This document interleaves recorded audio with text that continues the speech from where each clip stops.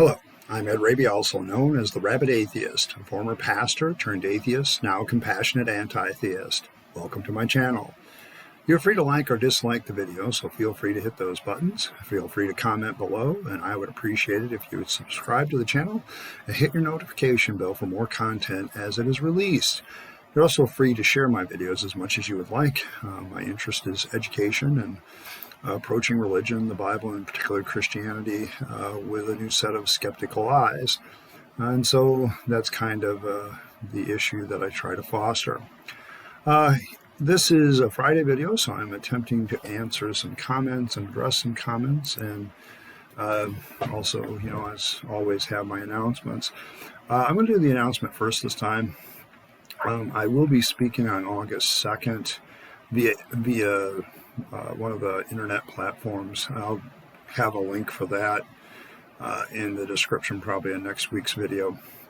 But if you're interested in hearing me address a live event about the Clergy Project, and as well as my own personal testimony of coming out of faith, that will be the subjects and the topics of it. I'm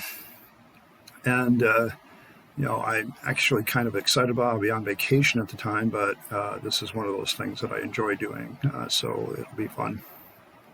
Hopefully the internet connection will be good wherever I might be. I'm hoping I'll be at home, but that may not be the case. Today I'm going to address those three comments this last week. The first one comes from the baptism of Jesus and the Free Bird of Reason.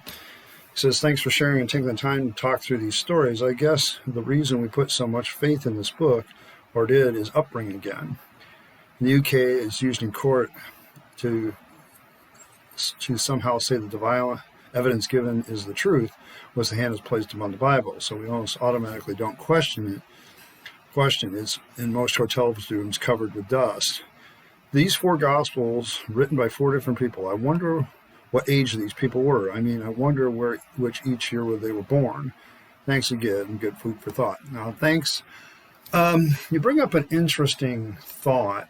I have been, in my series, The Tall Tale of Jesus, granting the conservatives their assumption that the books of the Bible were written by the people that they say they're written by, Matthew, Mark, Luke, and John, and that they're written in the first century. That is, however, not my actual viewpoint on these passages. The more I look at them, I would say the best you can say is that they were started to be written in the late first century and probably extended into the second century. The reason I say that is because some of the content and the way it's written and the textual evidence doesn't support that. There is some talk about the Bodmer Papyri, P52 or whatever it is. It's something I studied a long time ago, so don't quote me directly on that. I haven't looked it up. I'm just kind of winging this idea of where these gospel writers were from and who they were and what age they were. I say that they're probably written at the earliest, maybe 95 AD, and then probably at the latest 150 AD. The reason I say that is because a lot of these Gospels seem to have certain theological issues that are more in line with the controversy between the Gnostics and the non-Gnostic Christians. So it has a tendency to kind of go that direction. I'm not sure how old they would have been. If I took the conservative dating issues, John is a very old man. Matthew, Mark, and Luke are also very old people when they write their Gospels, much older than they were when they followed Jesus.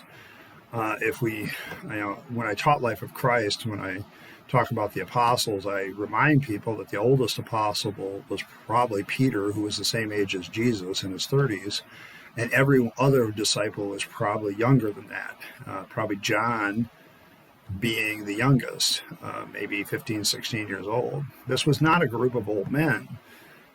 This was Jesus, who was a young man, leading around a bunch of disciples who were also young men, and women for that matter. And so it kind of goes without saying that the story, that usually the way the story is presented is these old wise men following Jesus. No, they were young, impressionable people following Jesus, which I think makes more sense. It's interesting that most people find religion and stay with religion when they're younger, and they tend to latch onto religion when they're younger. When you get older, it's actually kind of unusual to dump your faith in a lot of respects. But so, as for the Bible's collecting dust, yeah, I really once again want to reiterate, I think it's the openness of the internet and the ability to question any of the biblical stories now without too much fear of repercussion that is kind of leading to that. It's kind of pushing us along those lines. It's the new transparency. When somebody, when an apologist unwisely creates a video on YouTube that says 11 questions that atheists can't answer, within a week, there are 20 atheist YouTubers that have answered those 11 questions. It's my one great problem with apologetics right now. Apologetics fails Christianity on a couple of reasons, and the two most notable ones are they are really actually designed more to preach to the choir, so to speak. They're trying to show people that already believe that they have good justification to believe. And the second thing is, because of the first thing, they never really address what atheists and critics are actually saying most of the time. And so they end up rehashing old arguments that work for everybody else. So, it's kind of more of a keeping the sheep in the fold, so to speak, rather than trying to convince a non-believer to accept Christianity. And that's kind of that was my problem with apologetics. I was looking for answers to these questions, and they just really weren't answering the questions and didn't have answers to questions. And they would make stupid statements like, well, atheists can't answer this problem. And then lo and behold, I'd look it up, and there are 10 answers to that problem. And this is, the apologetics now looks like, the apologist then looks like a liar, because it took me 5 minutes to do a Google search to find out that that wasn't true. And if you're going to be an apologist, if you really are out there and you're a believer and you're going to be an apologist, can I ask 2 favors of you? Number one, don't make a statement like that without first looking up to see if there's some answers. And 2, actually address what the critic is saying. Don't straw man it and don't do something else. I would actually appreciate that. But I think if you do that, you're going to end up right where I'm at. You're going to end up sitting in the seat of an unbeliever and a skeptic. So there you have it. On my Temptation of Jesus, the Tall Tale of Jesus, Temptation of Jesus, Jonathan Ganish, always with the good comments. It ain't much of a temptation if there's no naked hot chicks. Joke aside, that is a very serious, interesting thing about the temptation of Jesus, isn't it? I've always wondered about that, because one of the things that the Bible says about Jesus and temptation is that he was tempted in all ways the same as we are, yet without sin. And yet, in all the things that Jesus is dealing with in the Gospels, he never faces, much like, say, Joseph in Genesis, he never faces, the woman trying to, grab him by the shoulder lapel and saying, come lie with me. He doesn't ever have to deal with that. Now, he did have a lot of women following him. He had a lot of camp followers, so to speak. But I don't know. I think this is one of the weaknesses for modern Christians when it comes to the temptation of Jesus Christ, but also back then. Back then, I think what they were doing, and this is one of the great evidences that it was written in the 2nd century, because there was a whole bunch of extreme Christian groups that practiced the kind of early asceticism, in particular setting aside, sexual activity. I think a lot of them took Paul's words in 1 Corinthians to heart. If you're able to not engage in this, fine. And this idea that Jesus was coming very soon said, oh, why would you get married and why would you have children? That had to change, of course, as Christianity evolved, but it was kind of that attitude. And so, I've heard all kinds of extreme views about Jesus and his own sexuality to cover this. When I was in seminary, one of the professors there had the view that Jesus never actually touched his penis, ever, that would be too big of a temptation. So he always just lifted up his skirt and went pee. And it's like, it just shows the amazing nature of how far people will go to get away from the uncomfortable and tough questions that Christians ask. I'm not trying to be a jerk here, but yeah, he had to go to the bathroom. He probably, lifted up his skirt, held it, and made sure that it didn't spray all over the place. That would have been very awkward. Don't know. See, this is the one open area of Jesus's temptations, isn't it? What about sexuality? I remember, I think, a movie back in the day, The Last Temptation of Christ, dealt with this issue and tried to present Mary Magdalene as his temptress, and it was greeted with a large boo and hiss from the Christian community. But the reason why such a movie would even be made is it deals with an issue that Jesus doesn't face in the Gospels: sexual temptation. He just doesn't face it. And, it's kind of one of those things that, well, Jesus wasn't tempted by girls and hot chicks. What do you do?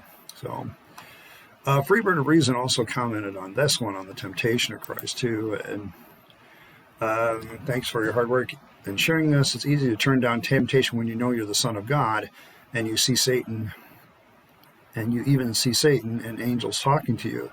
This is not a person fully man, as Christians might say. How easy it would be this evidence was in front of you. Faith would not be necessary. Faith is a cruel expectation, unfair, and easier for some than others, depending on what life has dealt you where you live. Also, deathbed conversions are better, also unfair, as no chance to backslide. So many crazy issues when you're free your mind to look. Thanks for the great food for the thinker. Again, appreciate it. But you make some excellent points about some of this. One of the great theological problems with the temptation of Jesus Christ is, could he have actually, succumbed to the temptation? It's a legitimate question, because you have to ask that question, because if he can't, then the temptation is useless. And if he could succumb to the temptation, then doesn't that kind of undercut the fact that he was God? I mean, let's look at the temptations. They seem kind of ridiculous. The first one is, command these stones to be made bread. So what? You're hungry, so you can do that. And Jesus gets really high-minded and spiritual about it. And it's like, it seems to me that, that's not necessarily a terrible temptation if you're hungry to eat. The kingdoms of the world one, and then the jumping off the temple, both involve, whatever. But you make an excellent point. If you're the Son of God, there's a lot of things, and you're the Son of God. The temptation is going to be a little bit different, because why would somebody who knows that they are a God be tempted by the power of all the kingdoms of the earth? This would be something, as God, you would already have power over. And so the temptation actually doesn't make any sense if Jesus actually knows that he's the Son of God. It's one of the quandaries that I found myself in with the temptation of Christ is asking this question, what? Whatever. And, of course, the falling down. I mean, self-preservation, both with food and both from injury, are two things back in the ancient world that people wanted very much. And maybe people were, at the time of writing, were praying for those things. And Matthew is kind of taking a backheaded slide. The thing about it is, I really think Matthew made up this story. Whoever wrote Matthew, I think, added the story to Mark. Or maybe this mysterious Q source had this story, and so Q made it up. And if that's the case, then they were taking what Mark had written and fleshing it out so that they could make a theological point about Jesus. So it's kind of interesting. They also make an interesting thing about deathbed conversions, and, I would agree with you that faith is one of the most dishonest positions to have, and this is particularly true on deathbed. It is easy at the end to call out for God. I'm going to make this statement right now. I know that other great atheists have made this statement before. If I turn around and turn my life back to Christ at the end, don't believe it. And I'm going to tell you why, because there's a pretty good chance that I'm emotionally distraught. I'm not in the best mental state. And to be honest, at that point I'd be grasping at straws purely from emotion rather than honest assessment of the situation. So my honest assessment with the situation is this. That would mean that I would be under duress, and that is not an honest confession of faith. It's just not. And according to the Bible, I was a longtime believer, and now I've, backslidden by their theology. So it's impossible to return me again to repentance. And some people's theology is a hardcore Calvinist would basically say I'm screwed. If you're a once saved, always saved person, you're either saying that I wasn't saved in the first place or whatever. So, but I just want people to know that if you hear that the rabid atheist decides to make a deathbed confession at the end of his life, don't believe it. That's me not being in the best frame of mind. It's me not engaging reason anymore because I'm under duress. So that kind of leaves that. I'm going to continue to probably double up on the tall tale of Jesus until I had a couple ideas of what to do differently, that maybe do something different from time to time. But I really want to make some headway on this series for a bit. I think because right now I'm in the mood for it, it's much easier for me to do right now, especially with me working on a certification for another job and some other things, plus work has gotten very busy. I've got like 5 more days in a row of work, and then I've got some vacation time coming, which I'm going to enjoy. But it's easy for me to read the text, remember what I used to say, and know what I know, and then come up with it. I hope everybody's also a little bit better off with me changing where I do my videos. I kind of flipped my desk sideways and got the smaller desk, and I just feel more comfortable with a wall behind me for the purposes of video production. And I do have some posters coming that will be behind me eventually. So those are some of the changes I'm just doing to the channel to kind of make it a little bit more appealing to other people. And once again, thank you to all my followers. I think I have 32 of you right now, and I appreciate you guys following me. You're welcome to share my existence with any of your friends. I would appreciate that. Encourage them to follow and like and do all the things that they do. And once again, thanks for stopping by. Like, comment, and do what you do. Just make sure you keep it clean as far as name calling in the comments, and I'll be a happy guy, In the meantime, just a reminder that I hope someday to make you an rabid atheist, much like myself. In the meantime, this is Rabyd, the Rabid Atheist, signing off, wishing you a good day.